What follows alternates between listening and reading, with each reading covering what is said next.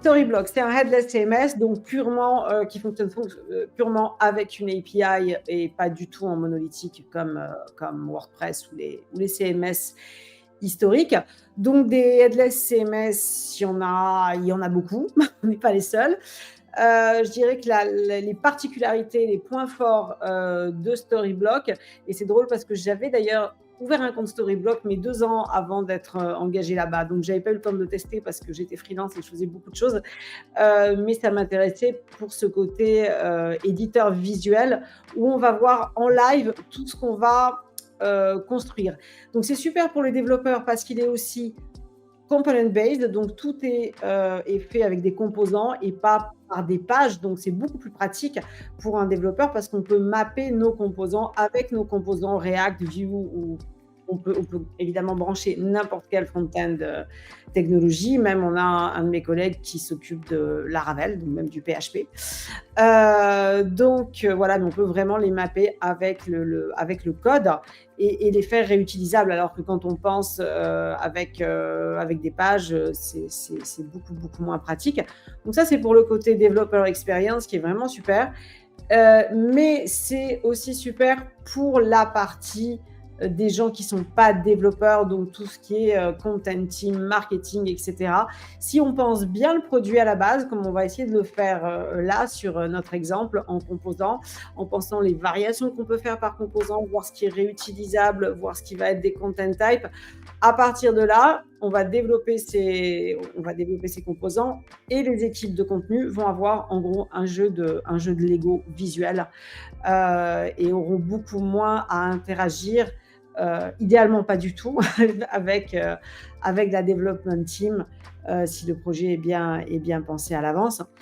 Ensuite se rajoutent plein d'autres choses comme des outils pour le multilangue, des workflows, des rôles très, très, très, très granulaires, des outils de discussion. Enfin, quand je fais des démos, ça dure au moins 1h30 si je veux montrer toutes les fonctionnalités.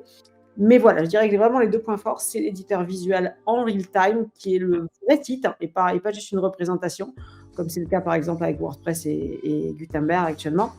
Et le component base qui est super. L'approche composant qui est super.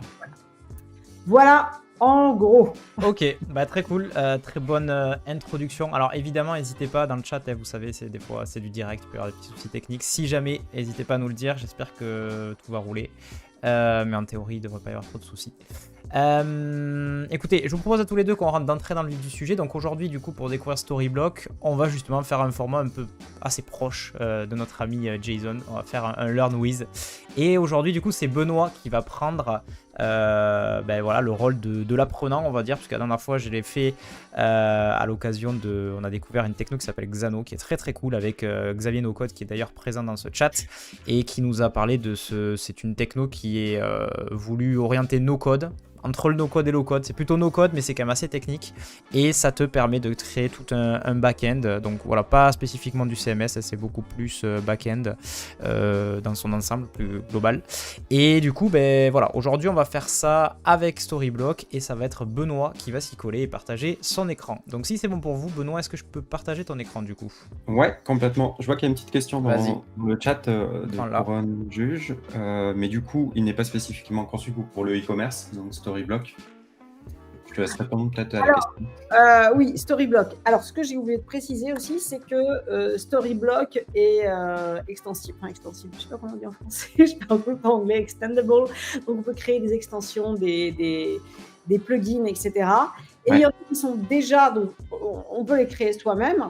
Mais il y en a qui sont déjà créés par Storyblock et notamment des extensions pour le e-commerce qui vont aller récupérer le data par exemple de Shopify et du coup on va pouvoir l'intégrer, faire du storytelling et avoir les produits e-commerce intégrés. Alors c'est pas une plateforme de e-commerce mais on peut intégrer le e-commerce. D'ailleurs j'ai fait tous mes talks à des conférences étaient sur Shopify Hydrogène intégré avec ça. On peut peut-être poster des liens après, donc j'ai beaucoup été là-dessus. On peut faire de la personnalisation, on peut faire plein de choses grâce à ces fonctionnalités. Donc du moment qu'il y a une API, on peut créer une extension qui va permettre de ramener le data de la source externe dans Storyblock et de l'avoir dans l'éditeur visuel.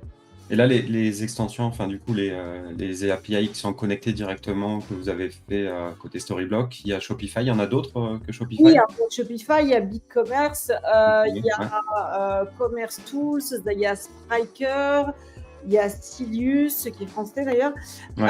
Je ne les ai pas tous en tête là, mais c'est sur le site. Mais en soi, on pourrait intégrer celui qu'on veut, si à partir du moment où il a une API, on pourrait le faire par nous-mêmes. Voilà, parce que la plupart sont pour les comptes entreprise, etc. Mais après, on peut créer ce qu'on veut soi-même. Du moment qu'il y a une API, on peut l'intégrer. Et alors, il y a 3 types d'extensions. Il y a les, en plus, on a changé de terminologie. Il y a les space, non, les field plugins. Donc là, c'est un nouveau type de champ. Donc, par exemple, le e-commerce qui va aller chercher des produits Shopify, par exemple. Il y a le tool plugin, oui, voilà, qui va lui s'intégrer au niveau de la story, et le space plugin qui lui va être sur tout l'espace, par exemple un dashboard pour le SEO. J'ai des idées pour créer des choses comme ça, mais je crois que le tool et le space que pour les partenaires, il me semble. Mais voilà, en tout cas on peut créer plein de choses, et ça c'est pratique. Des applications externes en fait qui se connectent. Ok. Donc un outil très flexible où on peut faire un petit peu ce qu'on veut. Ouais, c'est ça l'idée. On met les mains dedans. Merci beaucoup à Joven, désolé j'interviens. Joven qui vient de s'abonner, merci beaucoup à toi. On a pas mal de gens qui en follow également. Couronne Juge, bienvenue à toi. Merci beaucoup de nous rejoindre sur le chat. Benoît, est-ce que je partage ton écran du coup pour commencer un petit peu cette démo, si ça te dit? Allez, ça marche. On prend les questions au fur et à mesure, donc continue à les poser bien sûr, il n'y a pas de souci. D'ailleurs, il y en a une qui pop dans le chat de Couronne Juge qui dit: donc si Storyblock dépend d'intégration externe, est-ce qu'il y a des coûts supplémentaires à prévoir? Alors oui et non, parce que justement, on va dire que la partie extension, c'est un peu la partie open source où on va pouvoir créer des choses. Il y a une marketplace qui va s'ouvrir. Ce qu'il y a, c'est que les extensions qui sont déjà créées, beaucoup nécessitent effectivement un compte payant. Mais tout ce qui est créé, vous pouvez le créer par nous-mêmes, quoi. Exactement. Donc voilà. Et le tiers gratuit est vraiment très généreux pour n'importe quel site développeur. D'ailleurs, là, je suis en train de créer un template de blog pour la communauté, fait avec Remix, puisque moi, c'est mon outil de choix. Voilà. Vous avez des tendances d'ailleurs sur les frameworks front les plus utilisés sur Storyblock aujourd'hui? Je sais pas. Je sais qu'il y a pas mal de Nux parce que Storyblock est créé avec Vue. Bon, Next est beaucoup utilisé par tout le monde. Moi, j'ai choisi Remix parce que j'aime bien. J'ai découvert avec Progen et j'ai pu décoller. Je sais que Astro monte pas mal. Oui, on est en train de faire pas mal de choses avec Astro aussi qui a l'air intéressant. Okay. Lequel est le plus utilisé, je sais pas. Mais voilà, en tout cas, on peut tout utiliser. On a même ça qui est bien. C'est vraiment agnostique, pardon. Et ce qui est bien dans cette approche on va dire composable et CMS headless, c'est aujourd'hui on veut utiliser Storyblock et puis on fait notre front-end avec Next.js par exemple. Si demain Next.js ça nous convient plus et qu'on a envie de passer sur Remix, on peut très bien passer sur Remix et garder toute la notion de composants et de pages qui aura été créée dans Storyblock pour la page en question, pour le travail, pour le site en question, et puis on n'a plus qu'à recoder et refaire le câblage sur Remix, quoi. Voilà. Puis si c'est du React, le câblage sera pas si énorme, tous les composants. Exactement. Oui, c'est ce que j'allais dire aussi, c'est que même au-delà de la technologie front, ça va être carrément indépendant, on va dire, même par rapport au framework de base. Si tu veux faire du Vue avec, tu peux tout à fait le faire, quoi. Tu peux faire du Vue, du React, il n'y a aucun souci, quoi. Oui, du Vue, du React, du Angular. Maintenant, il y en a plein. Il y a Qt, il y a Solid, c'est en train de... Yes.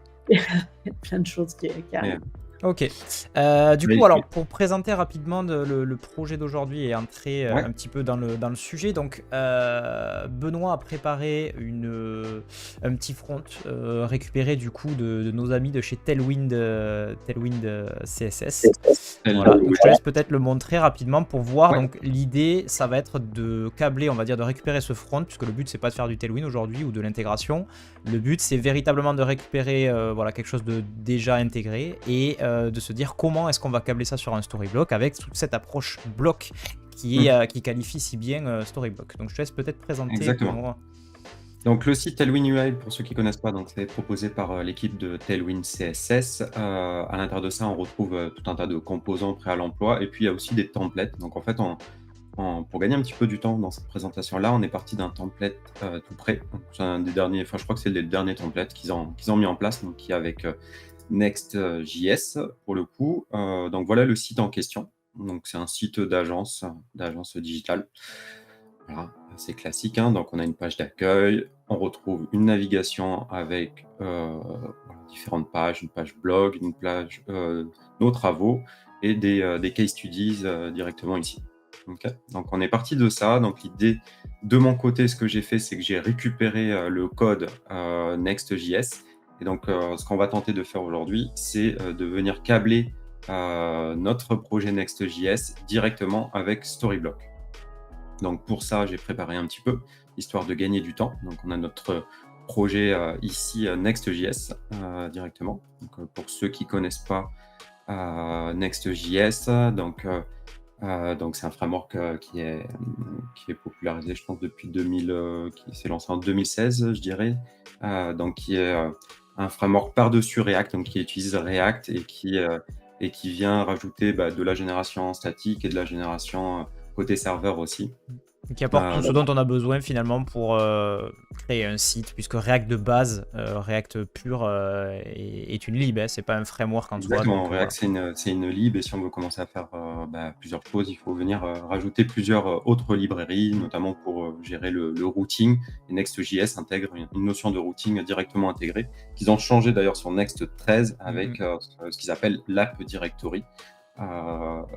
Et donc en fait, ici, on va retrouver notre page principale qu'on va regarder, hein. Donc, elle est déjà câblée avec Storyblock. On va passer toute la partie config, je vais vous montrer rapidement, mais c'est pas le but aujourd'hui. La config se fait assez bien. Il y a des exemples proposés par Storyblock sur GitHub qui permettent de le faire.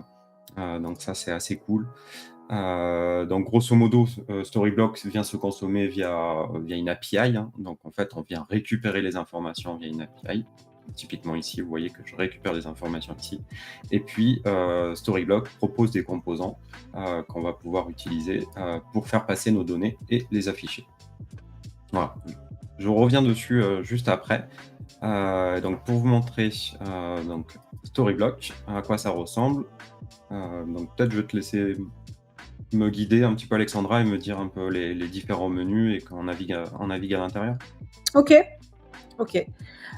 Donc, si on commence par les menus, justement, sur l'onglet Se lancer, il y a plein de liens vers tous les tutos qu'on a dans la doc pour toutes les technologies. Donc, Nuke, Studio, Gatsby, Next.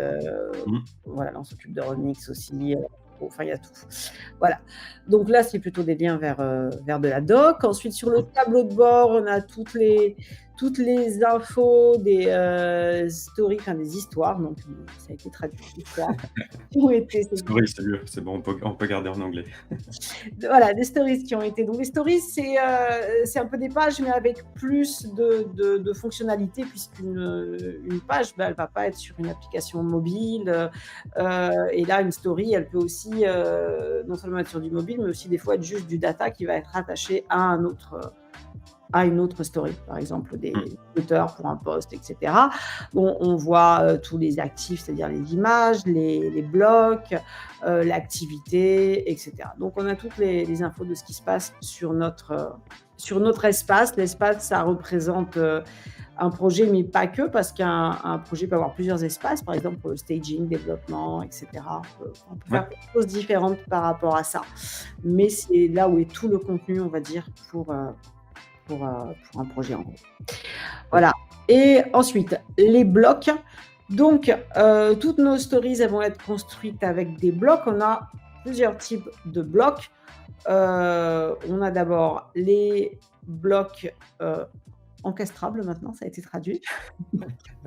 Emboîtables, encastrables, etc. Nested block en anglais. Est-ce que tu veux que je le passe en anglais, peut-être? Comme je ne sais pas les auditeurs s'ils sont plus anglophones. Enfin, voilà. En général, c'est vrai que même moi, dans mon code, je commente en anglais, quoi. C'est même Ouais, si non, mais. mais franglish, on se comprend. natif français espagnol de naissance. Et puis, Ouais, je vois que les termes te choquent, donc. Donc les blocs encastrables, puisqu'on peut les encastrer les uns dans les autres, comme on va le voir après. C'est par exemple un bouton, un heroes, voilà, tout type de blocs. Et après, on a les content types, donc les types de contenu. Donc par exemple, là, c'est le schéma, le schéma, pour un type de template, par exemple une page, un post, etc. Quel type de champ ils vont avoir. Et le bloc universel qui peut être à la fois encastrable et c'est terrible, c'est bon. Encastrable et content type. Donc, imaginons que par exemple, on a une bannière, une landing page, et on veut que ce soit une page à part entière, mais on veut aussi l'encastrer, encore une fois, dans d'autres. Imbricable peut-être. Imbriqué, ça peut être un bon terme. À la placer dans d'autres stories et la changer à un seul endroit. Donc, dans ce cas-là, on va utiliser un bloc universel. Donc voilà, c'est 3 types de blocs. Ok. Donc là, on a préparé pour l'exemple les différents blocs qui vont servir pour le site en question.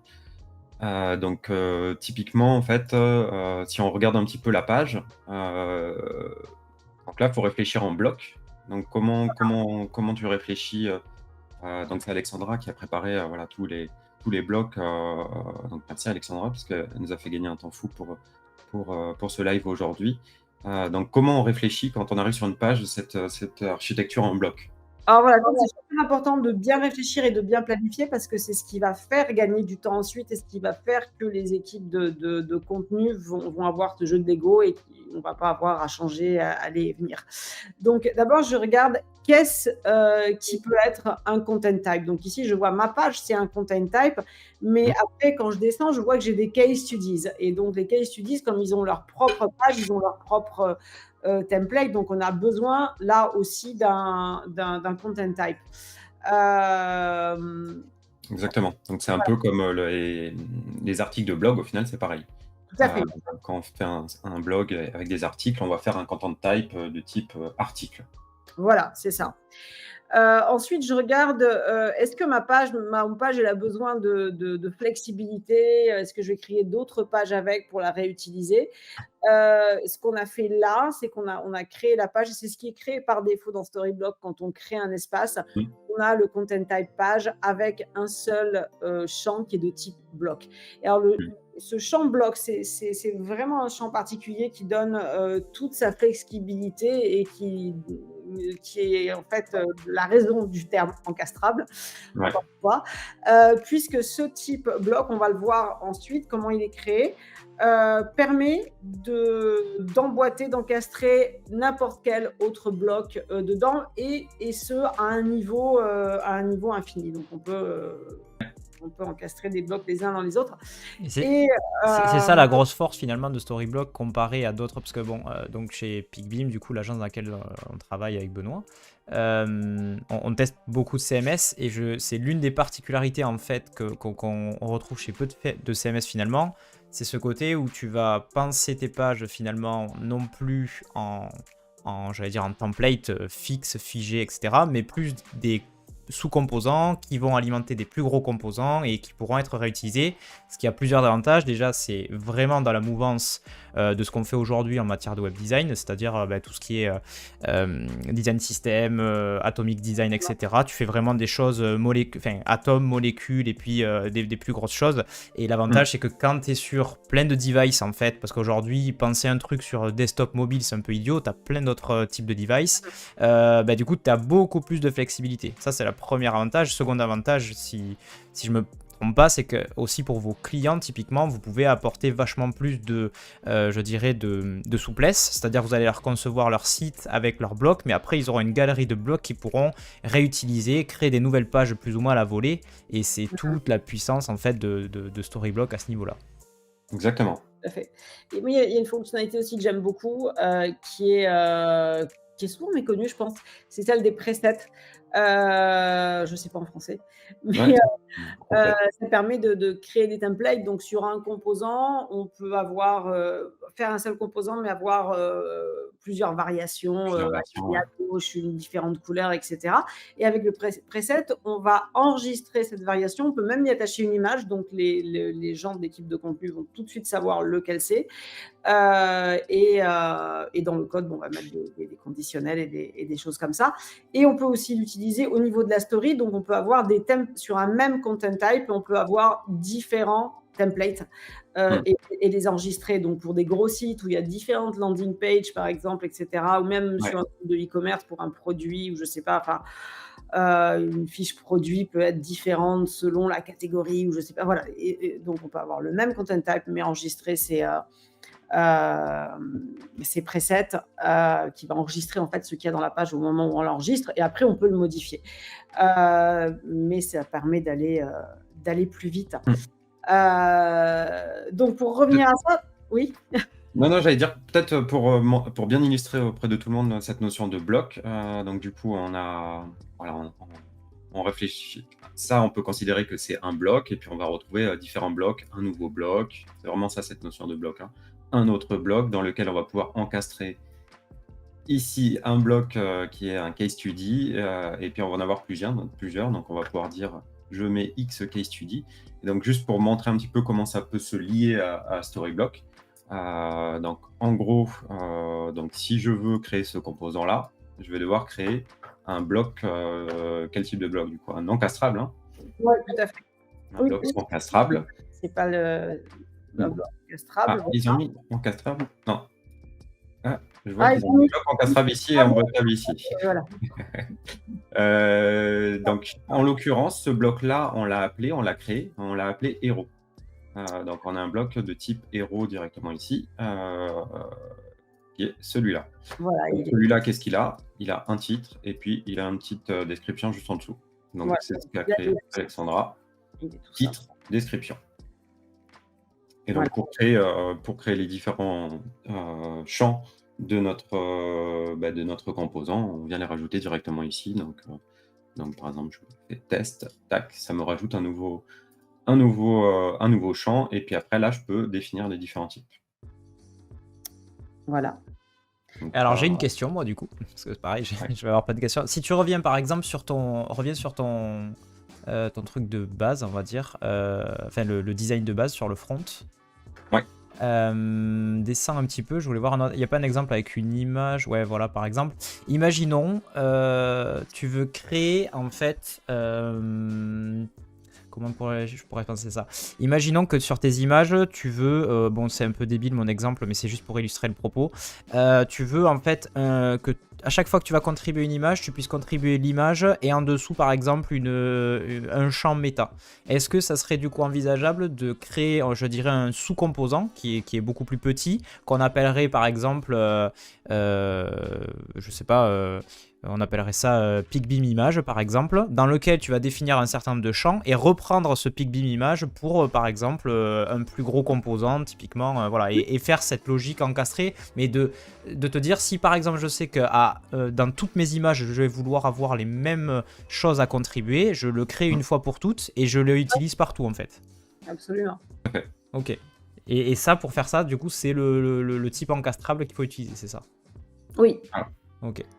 Exactement. Et alors, quand on crée un composant, donc si on revient ici, donc en fait, pour illustrer ce que tu viens de dire, en fait, tu veux rajouter un composant qui a une image et un texte systématiquement, on va dire. Ouais, ou label, comme dit Couronne Juge, effectivement, par exemple. Donc, par exemple, on va créer un nouveau bloc. Donc, en fait, on va créer un bloc encastrable. Une image. Une image, par exemple, tu peux tester. PB image, encastrable, tac. Et donc, on va y mettre un titre et une image. Une image, et ouais, voilà. Voilà. Et donc, l'image, on va le mettre de type asset. du coup, Voilà. et celui qui permet de récupérer des images. Et d'ailleurs, on peut définir quel type d'asset on souhaite, si on veut que des images ou si on autorise tout. Donc, par défaut, on autorise tout. Donc là, on a notre composant PB image.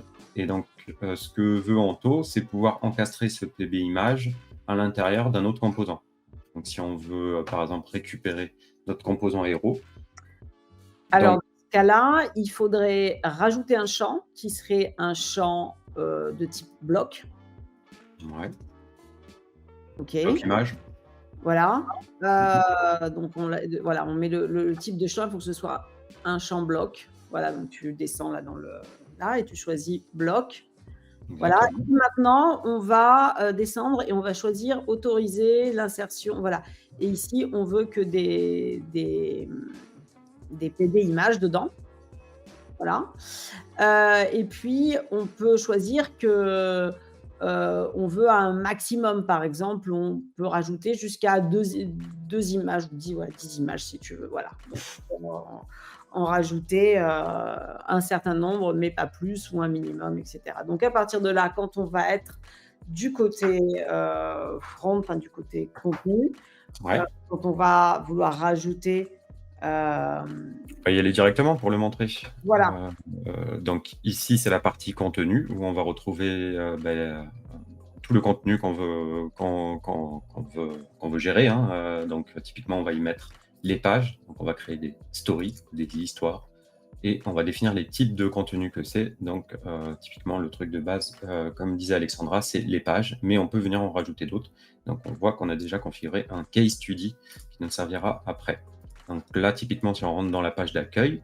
Voilà. Alors, là, ce que je vous expliquais aussi, c'est que le content type page, il est uniquement constitué avec un bloc qui est du type, avec un champ qui est du type bloc. Ce qui veut dire qu'on a une sorte de builder, puisque à partir de là, on peut encastrer n'importe quel bloc. Enfin, ou en tout cas, ceux qu'on autorise. On peut aussi autoriser des types de blocs. Mais on verra après avec le case study.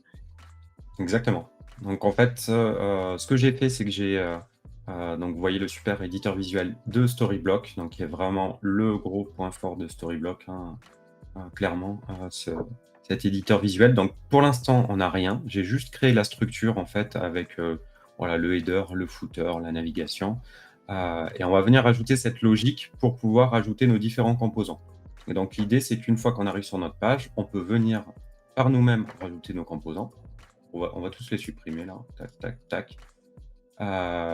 Et en fait, on va pouvoir rajouter nos composants. Donc typiquement, là, si on veut rajouter notre héros, tac, on le rajoute en faisant ça, tout simplement. Donc il était déjà là.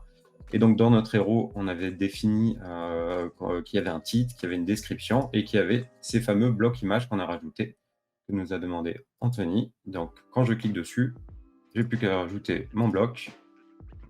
Il me laisse pas le rajouter, tac. Ah, j'ai un petit bug. Tu n'as pas autorisé le... C'est bon.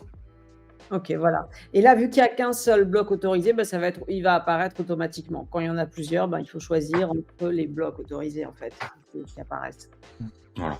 Je réagis à ce que dit Courant de Juge, donc il dit c'est la logique React en fait, c'est même pas la logique React, c'est la logique composant de façon globale et qui est une tendance aussi bien au niveau du design que du dev et donc c'est très bien que certains CMS comme Storyblock lancent justement cette logique de poursuivre justement sur quelque chose d'atomique, mais après c'est quelque chose qui est quand même relativement vieux de penser en composant, mais aujourd'hui des CMS qui en proposaient, il y en a pas tant que ça finalement.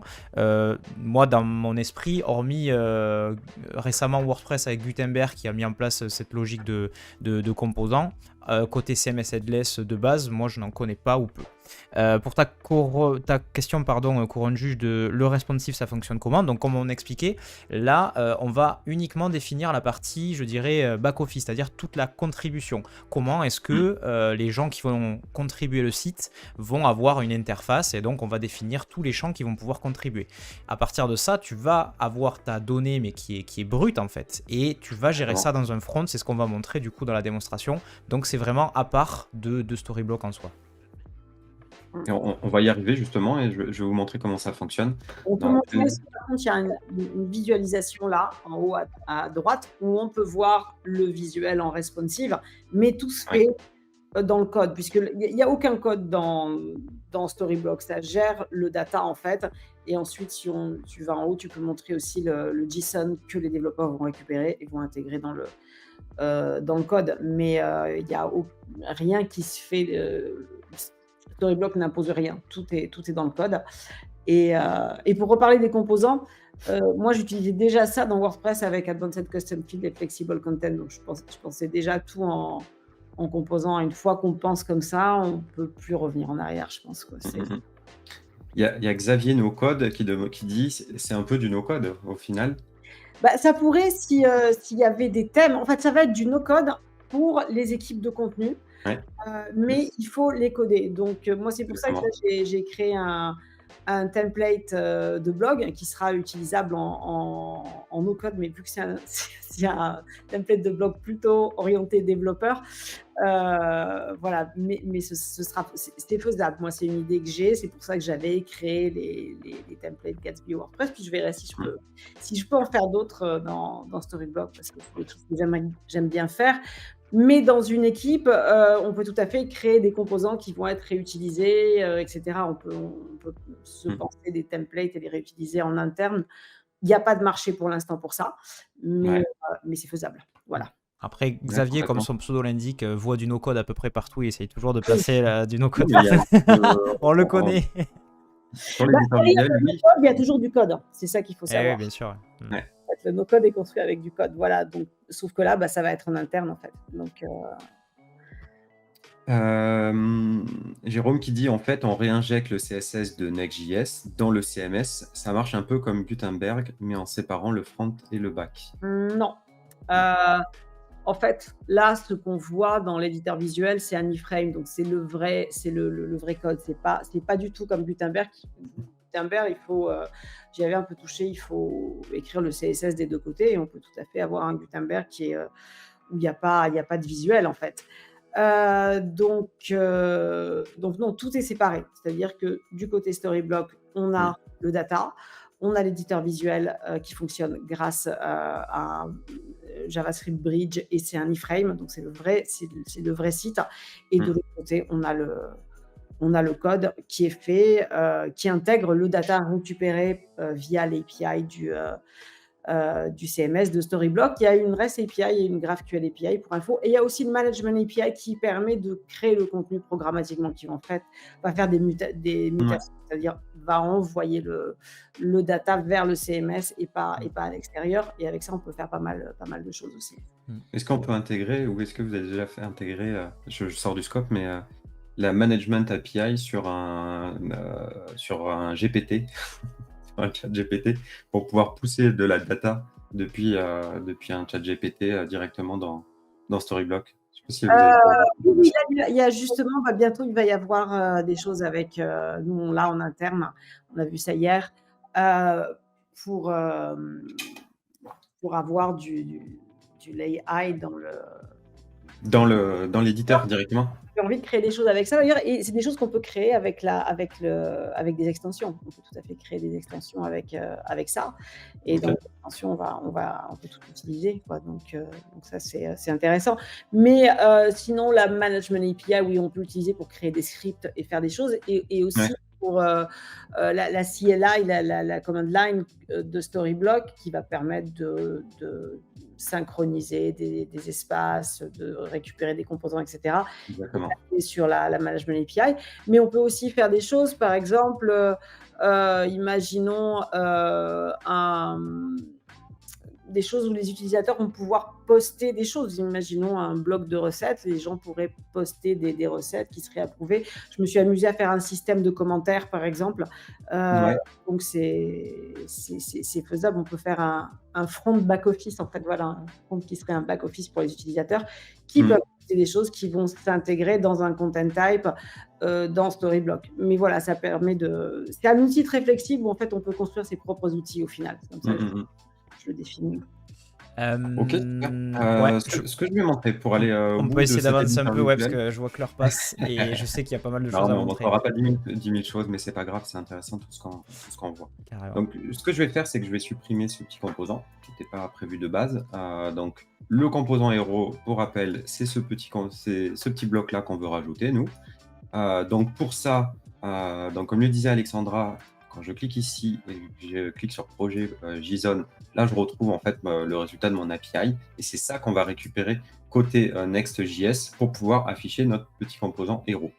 Donc, pour faire ça, c'est assez simple. On va aller dans le code directement. Donc, première chose qui est super avec Storyblock, c'est que il propose, alors Storyblock propose ce petit outil-là qui s'appelle je regarde, donc Storyblock Generate TS, qui va nous permettre de générer des interfaces TypeScript directement et de pouvoir les récupérer à chaque fois qu'on fait des modifications côté Storyblock. Donc, ce qui fait qu'on n'a pas à se casser de la tête de notre modèle du côté de notre projet TypeScript, côté Next.js, enfin n'importe quel autre projet TypeScript en soi, hein. Et on récupère tous nos interfaces directement ici. Donc typiquement, notre héros. C'est-à-dire que concrètement, à chaque fois que tu vas faire évoluer ton back-office, que tu vas créer des nouveaux champs pour ton back-office, tu vas utiliser cette lib qui va te générer qui va typer tous tes champs pour pouvoir les consommer derrière plus facilement. C'est ça le... Exactement, c'est exactement ça. Donc là, typiquement, on a notre héros Storyblock qui contient un titre et une description. Okay. Donc les deux champs qui nous intéressent ici.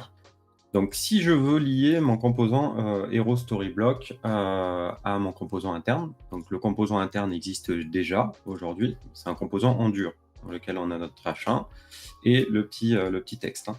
Hein. Donc là, ce qu'il faut qu'on fasse, c'est qu'il va falloir qu'on lie notre composant ici et il va falloir qu'on explique à notre projet comment on fait la liaison. Donc pour faire ça, c'est assez simple. En fait, on a un Storyblock Provider qui englobe, qui est défini ici hein, sur notre layout Next.js. Donc, quand je vais dans mon Storyblock Provider, ici, j'initialise Storyblock, je donne un access token, je dis que j'utilise l'API plugin, et puis je mets mes composants. Donc, de base, il y a déjà la page. Donc là, en fait, il faut que je récupère le nom de mon composant technique côté Storyblock. Donc, en l'occurrence, il s'appelle Hero, c'est le nom qui est là. Hein. Hero. Et là, je vais lui dire, je veux le lier à mon composant qui s'appelle lui-même Hero et qui est ici. Okay. Donc, une fois que j'ai ça, n'importe quoi. Une fois que j'ai ça, donc il va falloir que je récupère mon bloc ici. Il va falloir que je récupère les informations et que je récupère toutes les informations qui sont ici, donc le titre et la description. Pour ça, alors attendez, je récupère. Je réponds en même temps à une remarque de CouronJus. Ça nécessite quand même un minimum de connaissances en code. Évidemment, c'est un CMS. C'est exactement comme quand vous développez en WordPress, en ce que vous voulez. Alors, vous avez évidemment dans certains CMS la possibilité de faire sans coder, mais en théorie, quand vous faites du sur-mesure, vous partez d'un thème from scratch sur WordPress, c'est exactement pareil ici. Hein, vous allez vraiment tout définir et faire quelque chose aux petits oignons et gérer votre front exactement comme vous le souhaitez. Donc effectivement, là on est bien sur une technologie web et donc sur un peu de dev, quoi, évidemment. Exactement, il y a du dev à faire. Et ce que disait Alexandra tout à l'heure, c'est que en gros, les développeurs vont se concentrer sur la création des blocs, donc vraiment sur le développement des différents composants. Et après, une fois que tous les composants sont créés, on va pouvoir créer des pages sans avoir besoin de solliciter des développeurs à partir du moment où les blocs existent déjà. Donc le gros du travail est dans la construction des blocs. Donc là, pour pouvoir construire mon bloc, je vais récupérer les propriétés de mon Hero Storyblock ici, hein, donc directement dans mes component types qui auront été créés ici. Et ici, je vais remplacer cette info-là par la valeur de mon titre, en fait. Donc bloc, après c'est du React, hein, bloc.titre, tac, directement ici. Vous voyez tout l'intérêt du coup quand on disait par exemple de typer ces composants, c'est que toute l'autocomplétion vient directement et on peut voir directement en fait les propriétés qu'il faut afficher, quoi. Exactement. Voilà. Et donc ici on va mettre notre petite description. Ok. Donc on a fait notre liaison tout à l'heure ici, dans notre composant. Il est où? Là. Storyblock Provider. Donc on a dit que le héros est égal à ce composant-là. Et là, normalement, si ça fonctionne correctement, on recharge la page. On n'a pas. Attendez. Relance, ouais. Donc vous voyez globalement ce qu'on fait. On part d'un HTML pur fixe et on va aller prendre en fait chaque champ de texte et au lieu qu'il soit en dur, on va les récupérer depuis notre CMS et les faire afficher. Et ensuite ce que vous voyez là, c'est ce qu'a indiqué du coup tout à l'heure Alexandra, c'est une iframe. Hein, donc en fait c'est parce que Benoît fait tourner en local son site web et donc il apparaît en fait ici et donc on peut voir en fait le rendu que ça a directement. Sachez d'ailleurs, petite subtilité, qu'il vous faudra passer votre local en HTTPS. Il faudra absolument que ce soit HTTP sécurisé, mais vous avez des libs relativement bien faites comme MKCert ou ce genre de choses qui vous permettent très facilement. Il y a toute la documentation ouais. pour le faire. C'est très facile à faire. Et là, je vois pas ce qui manque. Je sais pas, tu as enregistré. Tac. Ici, j'ai mon héros avec mon bloc qui est directement là. Est-ce qu'on l'a renommé? Donc là, on a notre page. On a notre composant ici, héros, qui s'appelle bien héros. Pas besoin de publier? Non, il n'y a pas besoin de publier parce qu'on est en mode draft directement ici. Donc en fait, il y a deux modes sur Storyblock. Il y a le mode draft et le mode publish. Donc à partir du moment où on fait enregistrer, on est en mode draft. Et quand on fait publier, on est en mode publish, tout simplement. Là, regarde. Tu peux regarder au niveau de l'API si ça remonte bien déjà, peut-être Enfin, je sais pas, est-ce que... Ouais. Normalement. Tu as pas... le JSON Beautify. Parce que là, on va avoir du mal. Il y a Couronne Juge qui dit ton site est sur le 3000 et le CMS est sur le 3010. Ouais, tout à fait. Tout à fait. Donc ça, c'est obligatoire en fait. En soi, c'est parce que comme disait...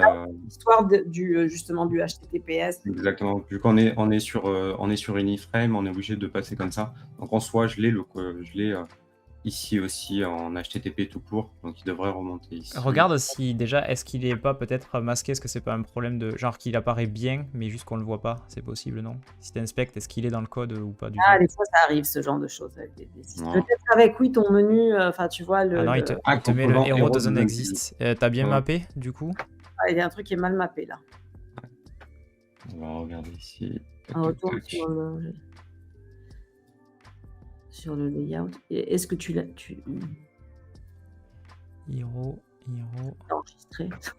Et l'export, ouais, non, l'export il est bon aussi. Tac. Donc on a notre héros ici. Tu as mis les composants dans... Oui, c'est dans Storyblock Init, oui.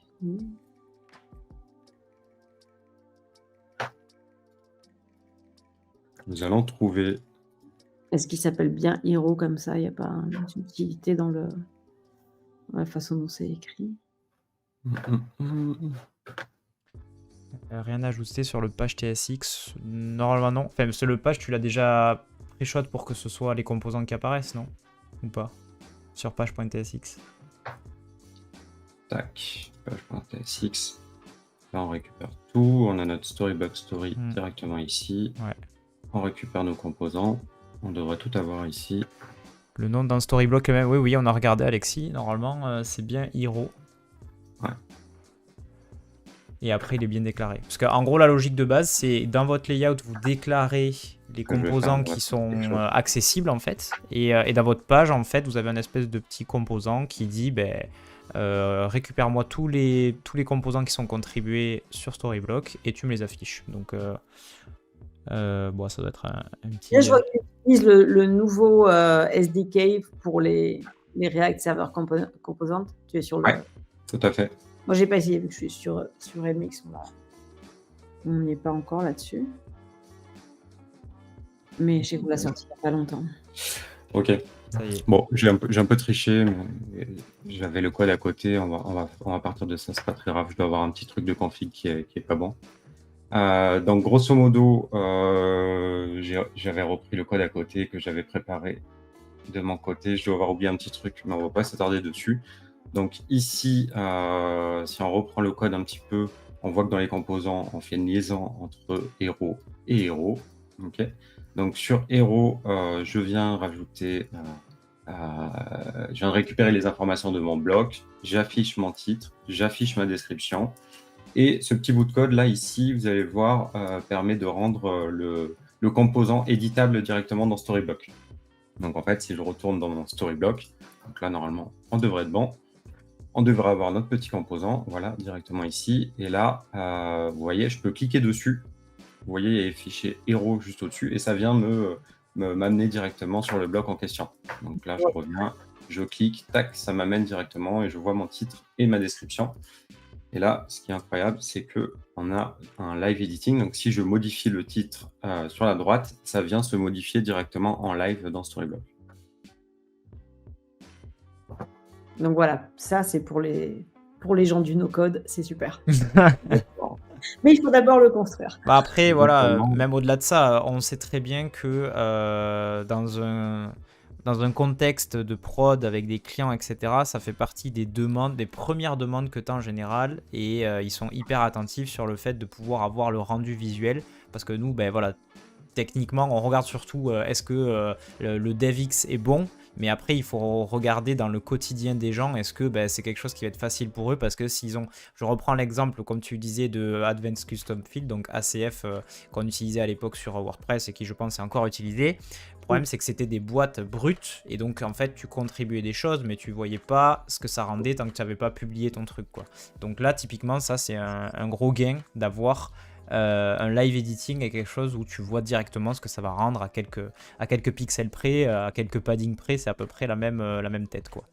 Même pour les gens qui sont freelance, puisqu'en freelance, entre le code et le front, c'est beaucoup plus sympa d'avoir son code et de voir les choses en visuel que de devoir recharger la page et puis voir, etc. Donc, voilà. Exactement. Ce qui est pas mal aussi, c'est de pouvoir... donc là, on a notre premier bloc qui a été fait. Donc ce bloc est codé côté Next.js. Donc si je fais copier, coller, tac, normalement, voilà. Donc ça, c'est magnifique. On peut reproduire le même bloc autant de fois qu'on veut et il vient se rajouter vraiment directement. Donc je vais faire un petit test aussi qui est sympa. C'est test ici. Donc notre bloc ici et... n'a pas le même texte et en fait on peut venir inverser directement les blocs. Donc si je veux passer celui-là au-dessus, tac, et vous voyez en live ça vient le modifier et échanger nos deux blocs. Donc ça c'est vraiment top. En fait on n'a plus qu'à construire nos différents blocs et puis tu peux faire des milliers de pages en fait. À partir du moment où tu as ce qu'il faut comme composant avec suffisamment de variantes, tu peux faire des milliers de pages et ton client ou ta cliente n'est pas vendeur loqué, on va dire, chez toi, quoi. Il peut être tout à fait libre après de construire ses pages sans problème, quoi. Un petit truc que j'ai constaté en construisant des projets, c'est quand on a des éléments qui se répètent, par exemple un menu avec des sous-menus, et j'ai dû faire ça pour un projet, je dis mais c'est pas pratique pour construire mon menu. En fait, dès qu'il y a un élément qui est répétitif, avec un champ bloc, il faut surtout pas commencer à tous les écrire dans la partie de droite, dans les formulaires. Il faut créer le premier, le dupliquer autant de fois qu'on veut et après éditer en visuel. Et là, c'est beaucoup mieux. Okay. On y voit beaucoup mieux, mais ça, c'est par la pratique que j'ai découvert ça. On a une question dans le chat de Jérôme, du coup, qui dit comment est-ce qu'on pourrait, par exemple, gérer une page d'archives. Imaginons que tu fais le site d'une agence et imaginons elle contribue plein de projets et ensuite on veut afficher tous ces projets sur une page. Sans nécessité peut-être d'aller jusqu'au bout et de montrer, mais quelle serait la démarche du coup typiquement sur une page archive? On y est complètement sur les case studies, donc c'est ça que tu veux dire. C'est ça. Oui, pas complètement. Moi, je donnerais plutôt l'exemple d'un blog, et donc là, je suis en train d'en faire un. Donc, dans ce cas-là, ce que je fais, c'est que je crée une page qui va être... Je vais faire un dossier blog dans le contenu, parce qu'on peut faire les choses par dossier. Et le premier, l'index, on va dire, qui est la page de blog, va être une page où je vais juste mettre des champs, par exemple, pour le titre ou une description. Et après, c'est dans le code où je vais aller chercher tous mes blog posts et faire une pagination. Après, on peut aussi en accrocher certains, par exemple, last blog post ou featured, par exemple, featured blog post. Ouais. Et donc là, on va les choisir avec un drop-down, bon, je parle encore anglais, un multi-links Un sélecteur, ouais. voilà, un sélecteur qui va faire une référence au blog post ou à l'autre content type et où on va donc afficher là dans le code en fait les champs qu'on veut, quoi, juste l'image par exemple ou ce qu'on veut. Enfin voilà, il y a plein de façons de le faire, mais pour l'archive de blog, etc., c'est ça. En fait, ça se passe dans le code. Voilà. Et donc là, typiquement, si on veut s'intéresser à nos pages work, donc les case studies directement, donc pour ça, il faut créer un content type Voilà. qu'on appelle aussi bloc de type contenu. Donc celui-là, tu l'avais créé, Alexandra. Il est où? Comment il s'appelle celui-là? Case studies. Case study. Voilà. Donc case study, c'est un bloc de type contenu qui a un logo, un titre, une intro et du contenu. J'ai fait le contenu pour montrer qu'on peut alterner des zones avec des champs fixes et des champs. Et des zones dynamiques, ouais. Voilà, et dans ce champ de bloc en particulier, j'ai créé un dossier, voilà, CS bloc, qui du coup, quand on va cliquer sur ce champ, ça autorisera que certains blocs. Voilà, et donc on peut faire des variations dans un même content type avec des zones qui vont autoriser tel ou tel bloc. Voilà. Exactement. Donc là, typiquement, on a créé un dossier Case Studies dans lequel on retrouve la première Studies, Family Found, et le type de contenu qui a été créé permet de rajouter un logo, un titre, une intro et d'autres contenus. Et donc après, pour faire ça, c'est exactement le même principe que ce qu'on vient de faire. En fait, on va venir dire le composant de type Case Study. Donc, je viens le lier à mon composant interne qui s'appelle Case Studies. Okay. Je vais fermer un petit peu ça. Ici, je récupère les différentes infos de mon bloc. Donc, je les console log. Donc, en fait, on peut regarder à quoi ça ressemble typiquement.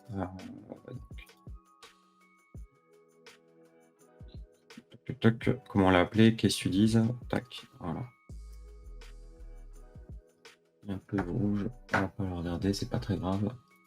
Voilà, donc là on a notre objet avec toutes les infos en fait. Donc on vient récupérer vraiment toutes les infos qu'on a rentrées ici. Donc typiquement le titre, l'intro et le reste. Donc le titre, il est ici, notre petite intro, elle est là, et puis on retrouve le contenu dans lequel on va venir imbriquer, comme vient de dire Alexandra, nos différents composants avec des types différents. Voilà. Et donc après, dans le code, c'est assez simple, c'est le même principe toujours. Une fois que c'est typé, on peut aller chercher les infos directement ici, quoi. Donc on vient y mettre notre titre, notre intro ici, dans un composant qu'on aura créé, nous en interne, qui s'appelle page intro. Donc ça va nous permettre de créer ce composant-là. Ensuite, on a ce petit composant-là qui est juste ici, sur lequel on va venir mapper le client, l'année et les services qui ont été proposés. Donc, les infos, elles sont directement là. Le service, il est là. Le client Family Found, on vient le mettre là. Et puis l'année, on vient la mettre directement ici. Voilà.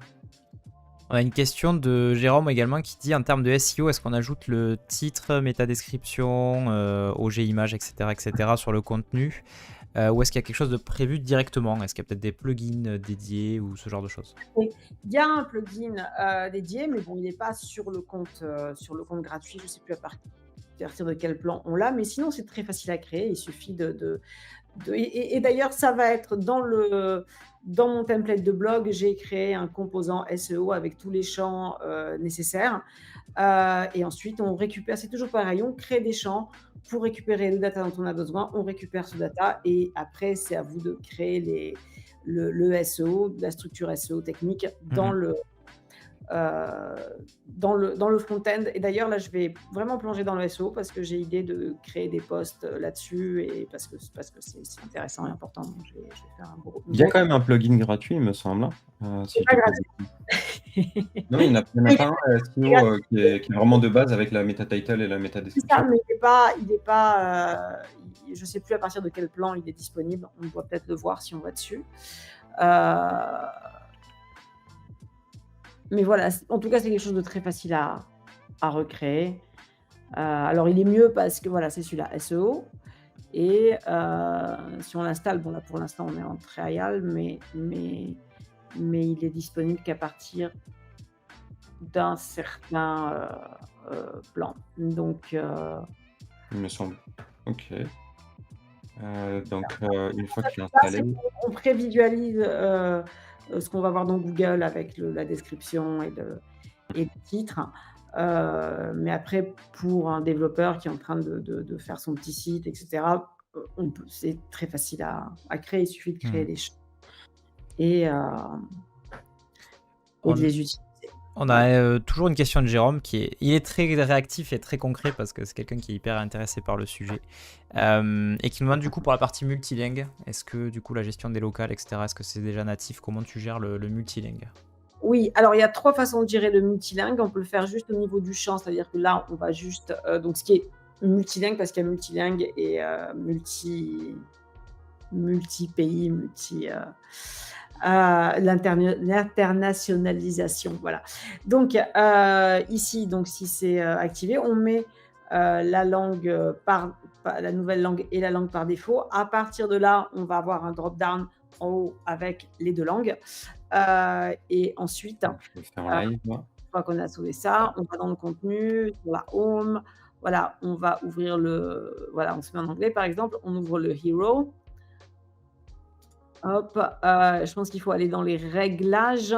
Donc là, on peut dire que le champ est traductible. Que ce soit traductible. Voilà, ensuite, donc on revient et là, voilà, je vais ici et maintenant, je peux mettre hello, mon titre en anglais et voilà, j'enregistre. Alors bien évidemment, il faut faire la liaison côté Next.js pour pouvoir avoir le /en qui fonctionne. Oui, bien sûr. C'est pas mis en place, Voilà, et ensuite, voilà, on voit les 2 champs. Bon, ça, c'est au niveau juste du texte. Mais si, par exemple, on veut faire un site qui va s'afficher différemment, pas seulement au niveau du texte, mais des couleurs, du contenu, des composants selon le pays, à ce moment-là, on peut utiliser des dossiers.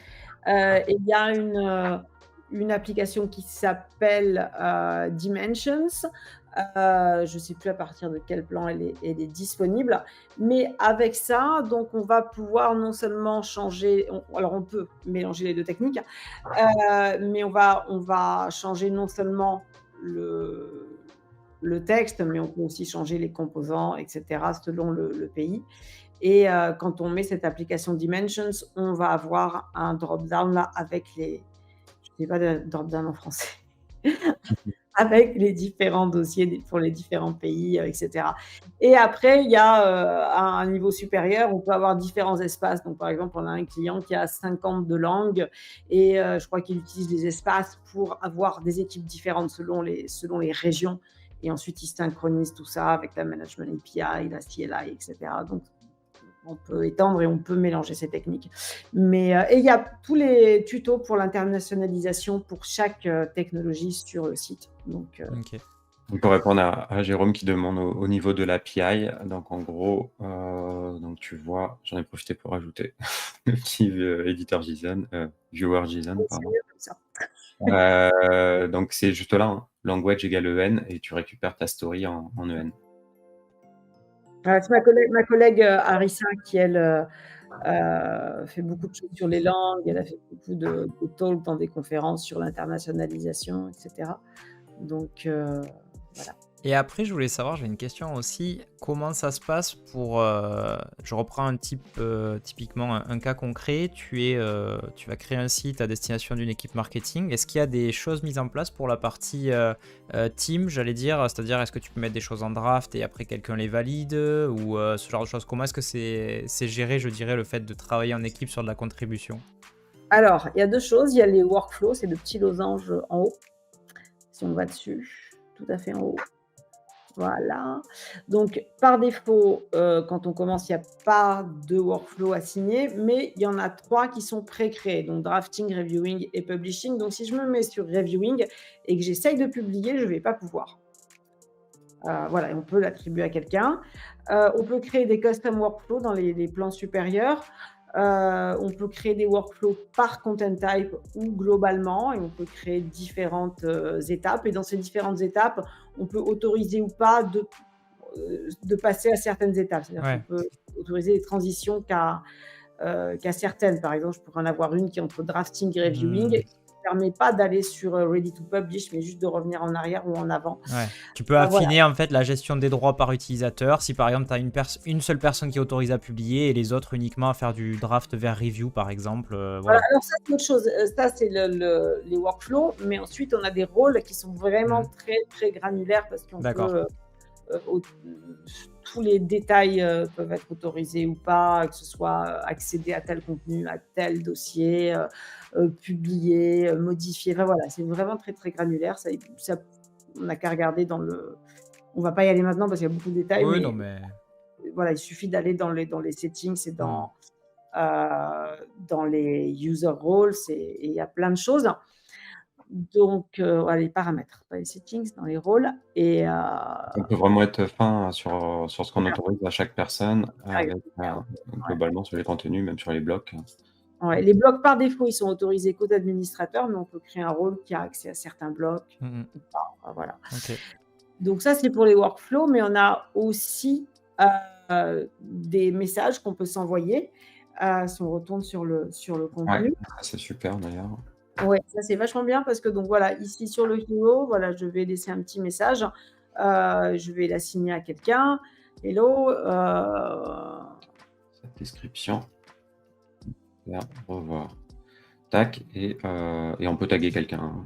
Voilà, on peut taguer quelqu'un. On peut le faire au niveau de la story aussi, mais ce qui est vachement bien, c'est que si tu fermes le bloc là, quand je vais aller sur mes messages en haut, je vais les ouvrir et je vais cliquer dessus. Et voilà, ça va revenir. Ça met en lumière là où il faut travailler en fait, et pas quelque chose où on dit bon, il y a ça à faire, mais c'est où je cherche. Ça m'ouvre directement et je sais que ma modification, elle est là. Donc ça, c'est très très pratique. Ok. Et autre question, tu m'as encore là, j'en ai plein qui me viennent, mais n'hésitez pas à être dans le chat évidemment si vous en avez ou pas. J'ai vu aussi que tu peux donc drop down des médias, images, photos et tout, donc ça veut dire que c'est un CDN qui est déjà plugué, on n'a pas besoin d'utiliser une solution externe type Cloudinary, etc. C'est déjà prévu et interne natif quoi. Alors c'est déjà prévu. Mais on peut aussi plugger une solution externe. D'ailleurs, il y a un plugin déjà fait pour Cloudinary au cas où on ait besoin d'autres fonctionnalités qui ne soient pas dans Storyblock. Et au niveau des images, il y a un truc qui est super, c'est qu'on peut les modifier en live. On a une espèce de mini-éditeur visuel. On a aussi dans l'éditeur visuel un focal point. Par exemple, si une image elle est pas centrée, on peut juste ouvrir l'image et mettre le focal point et du coup, elle va être centrée sur toutes les tailles d'écran. Et voilà. Et là, on peut modifier les choses en direct. Donc, on peut mettre, on met toutes les informations qu'on peut récupérer après directement dans le code. On peut ouvrir et faire des modifications sur l'image, mais tu n'as pas cliqué au bon endroit. Va peut-être sur la partie directement asset, non je ne sais pas si. Il est sur les assets là, je pense. Ouvre l'image, mais elle est où l'éditeur visuel? C'est peut-être parce que c'est un WebP sur les web. Ah ok, je sais pas. Mais voilà, on peut. Et après, on a autre chose qui s'appelle le image service, qui permet juste dans l'URL, ça c'est super pratique parce qu'on met juste un /m dans l'URL et à partir de là, justement, ça va générer le format WebP du moment que le navigateur l'accepte.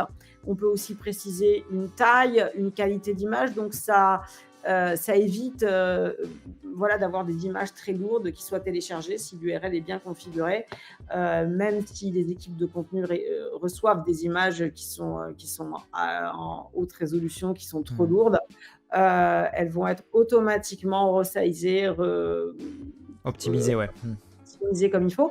Mais on peut aussi rajouter plein de filtres, par exemple grayscale, blur, plein de choses dans cette URL. Donc, imaginons un blog avec une featurette d'image qui est en noir et blanc, avec des bords arrondis et de telle taille. Et ben, on peut directement le configurer et quand on va télécharger l'image, elle va automatiquement se mettre comme ça. Et ça permet aussi de faire des choses assez créatives, comme par exemple, imaginons, on a encore une fois cette hero image avec du texte dessus.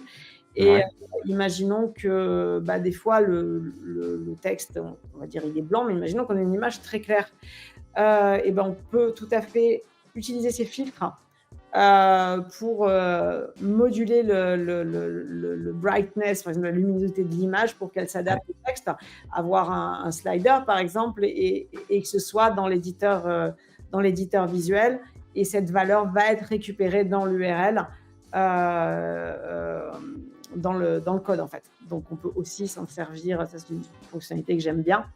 On peut créer des variations sur le composant avec l'image service, c'est-à-dire moduler l'image depuis l'éditeur visuel en no code encore une fois. Ok. Une fois que c'est codé. Je me suis amusé un petit peu pendant qu'Alexandra parlait. Voilà, l'éditeur visuel. Avec l'éditeur visuel en PNG. C'est intéressant quand on veut juste modifier une image à la volée sans avoir à aller dans votre... Il a croppé ailleurs, etc.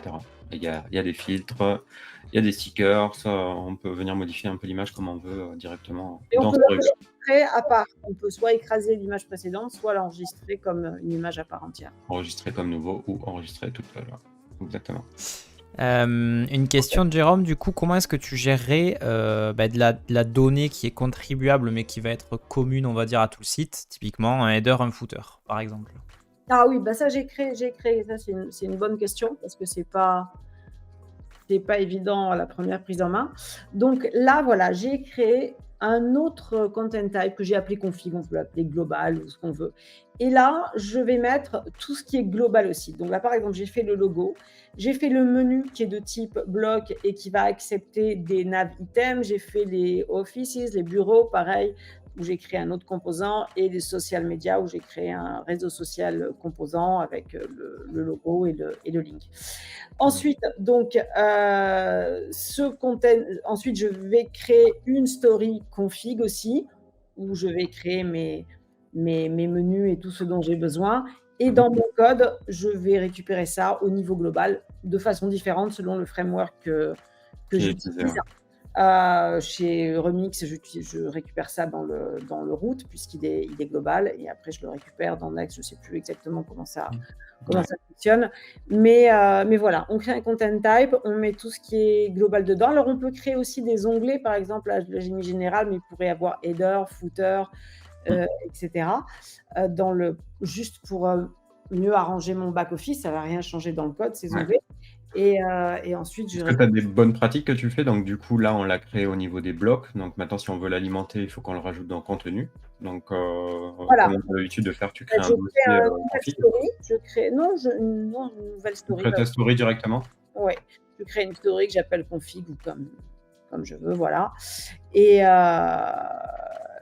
là, voilà, je mets mon logo. Mais après, voilà, là, j'aurais pu créer des onglets avec header, footer, réseaux sociaux. Enfin, voilà, je peux arranger mon data comme je veux, dépendant de tout ce que j'ai. Il y a une autre chose globale aussi qu'on peut utiliser, c'est les data sources. Donc, les data sources, c'est des key value pairs, voilà, qu'on a dans les settings. Par exemple, on l'utilise... imaginons qu'on ait des couleurs qu'on va utiliser dans plusieurs composants, primary, secondary, etc. Je peux les enregistrer là et utiliser une data source comme source de données et récupérer ça. Mais ça peut être aussi d'autres data qui va être répétée dans le site. Tout à fait. Encore une fois, c'est très flexible. Donc, je pense que le plus important, c'est vraiment de savoir ce qu'on veut faire et de penser les outils. En fait, on se construit des outils. Exactement. Et là, Jérôme qui dit Navitem, ça fait référence à une page. Donc, il y a la possibilité de faire, donc là, directement, effectivement, ça doit être ça. Donc, le menu item. où tu vas rajouter donc les menu items, c'est ce qu'avait pensé Alexandra pour ces blocs-là. C'est ça, hein? Voilà, Donc, c'est ça. donc, les items qui sont directement ici avec un titre et puis un lien. Et donc, il y a un composant lien qui existe dans Storyblock qui permet soit de pointer vers un lien externe via une URL, soit via un lien interne. Et là, donc sur un lien interne, on peut aller directement dans l'arborescence pour aller chercher la page qui nous va bien. Et donc, on lui met le titre et le lien et on a directement l'info ici. C'était ça ta question, Jérôme? Voilà. Et donc, en fait, après, ici, ça reste une story, en fait. Donc, tu peux venir de la même manière, une fois que c'est enregistré, tu peux venir consommer ton JSON ici avec toutes les infos. Donc là, en l'occurrence, il fallait le faire dans Next.js. On viendrait ici. Donc, en fait, ça, c'est notre layout principal. Hein. La notion de layout est nouvelle sur Next.js permet de partager du contenu sur les différentes pages.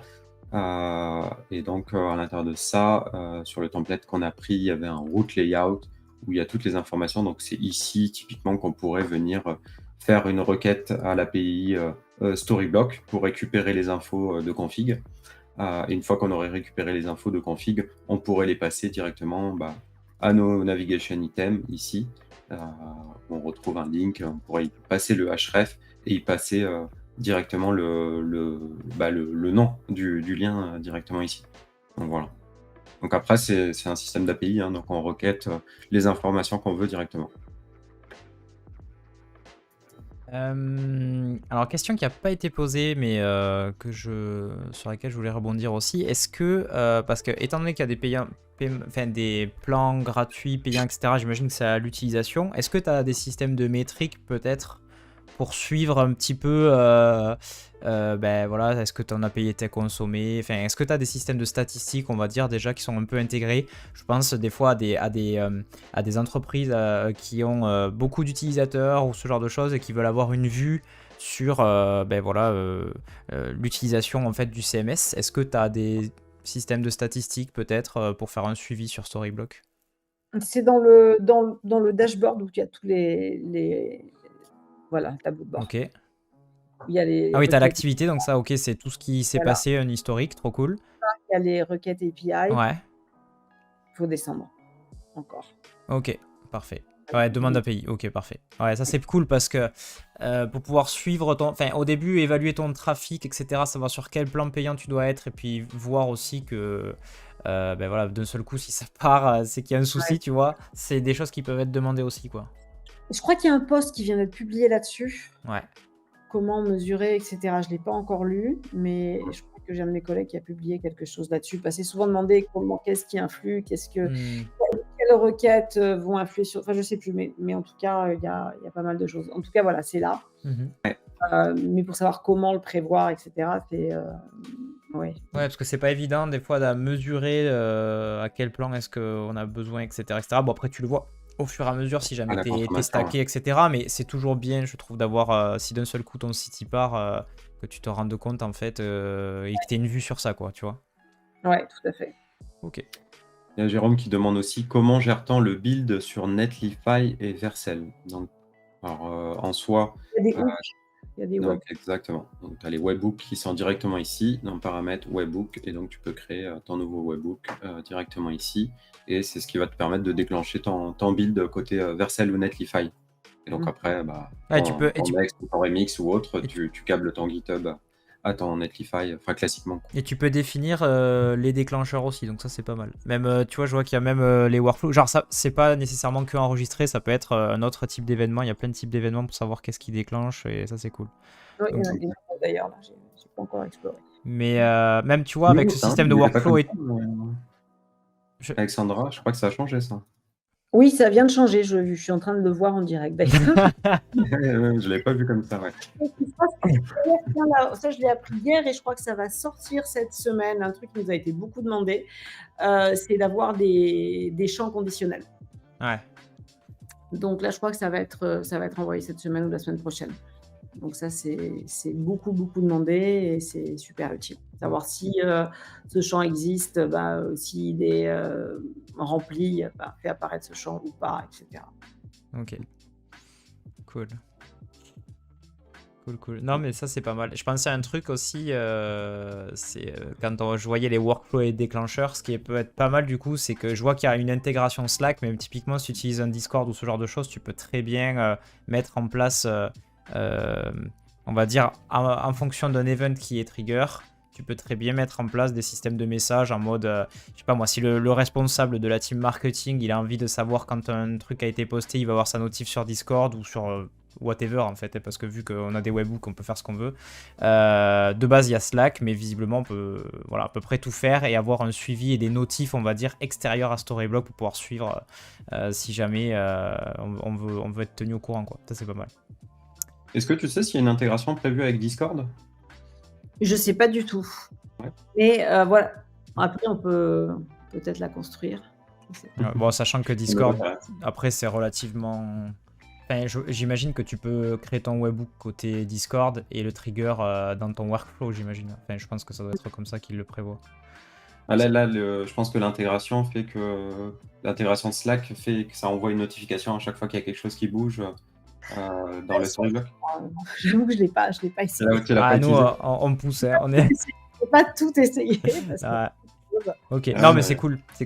Déjà, moi je suis à peu près persuadé qu'avec ce système de workflow, il doit y avoir moyen de gérer ça.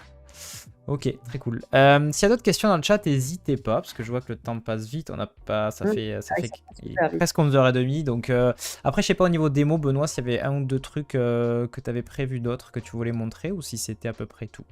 Je savais que ça partirait comme ça. En question dans tous les sens. Voilà. Non, mais le plus important, c'est de comprendre cette logique de bloc, de comprendre cette notion de composant et comment ça fonctionne. Après, c'est tout le temps la même chose, en fait. En fait, après, c'est le travail, c'est de créer des composants systématiquement, de les lier à nos composants.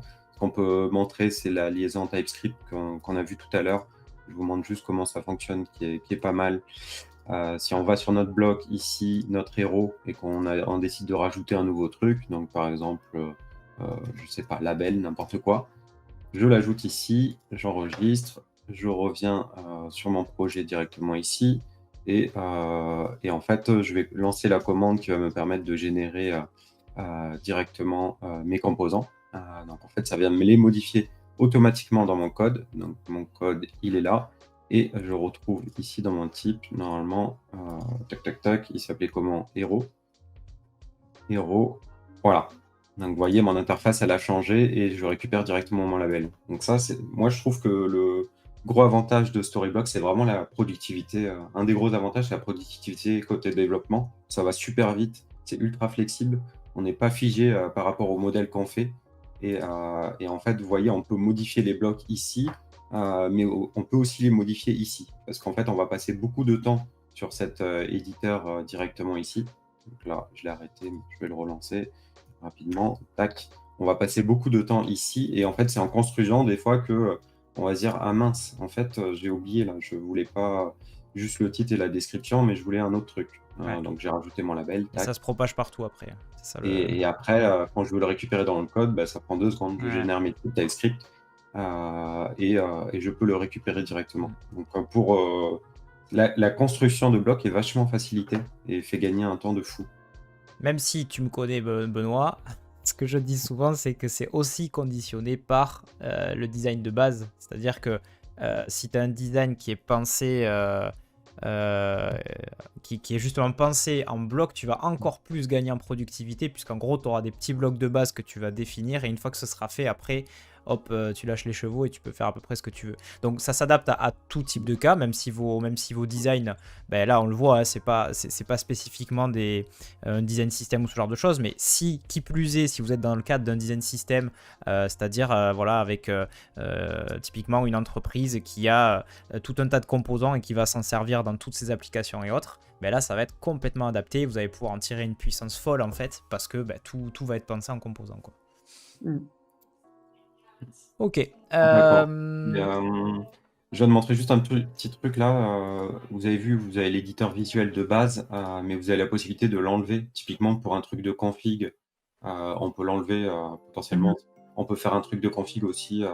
Je ne sais pas si on a envie de mettre des clés de configuration spécifiques. Ça peut être aussi là. même si ça a peut-être plus lieu dans un fichier d'environnement, mais on peut mettre de la data et sans avoir à avoir l'éditeur visuel, et donc on passe dans une vue directement comme ça. Et Jérôme dit, tu es parti d'un starter Next plus Storyblock existant ou tu as tout créé de toi-même, Benoît? Il y en a plusieurs. Alors, il y a un starter, Ouais. je vais te le mettre. Pour info, je coupe là. Par exemple, pour justement un fichier de config où tu as des menus, enfin, des choses qui vont être visuelles, il vaut mieux le garder en visuel, comme je disais, par exemple, les menus. Il faut vraiment mieux copier-coller les éléments et les remplir ensuite en visuel, sinon on est vite perdu en fait. Ouais, c'est un mauvais exemple que j'ai pris du coup, parce que effectivement c'était très visuel. Mais on peut avoir des pages qui sont vraiment du pur contenu, où on veut pas, où il n'y a pas de liaison avec une page directe. Donc on peut le désactiver si on a envie. Et pour Jérôme, Alexis a mis le lien du GitHub du coup. Donc Storyblock React. Donc le starter que j'ai pris, c'est le live editing. Même si sur celui-là, il faut mettre à jour la version de Storyblock React. Donc tu peux prendre la dernière version de Storyblock React, qui est la 3, je sais plus combien c'est. Mais... C'est 2.4, je sais plus combien, non, c'est pas ça. Ouais, il y a une nouvelle version qui est sortie, Storyblock React de la 2.4.7. 2.4.7. T'as vu ça c'est le talent, ça. Donc tu peux partir de ça si tu veux commencer à tester, Jérôme. J'espère que ça t'a donné envie en tout cas. Il y a aussi sur le site Storyblock, il y a la démo consacrée, où il y en a plusieurs, je crois, où on a un playground, en fait, pas avec le code. Enfin, le code, on peut le retrouver sur GitHub, mais il est en Nuxt, en Vue. Mais ça permet de jouer avec un site avec beaucoup de composants qui est déjà construit et de jouer avec. Voilà. Okay. Qui est la démo qu'on utilise en interne quand il y a des prospects, etc. Donc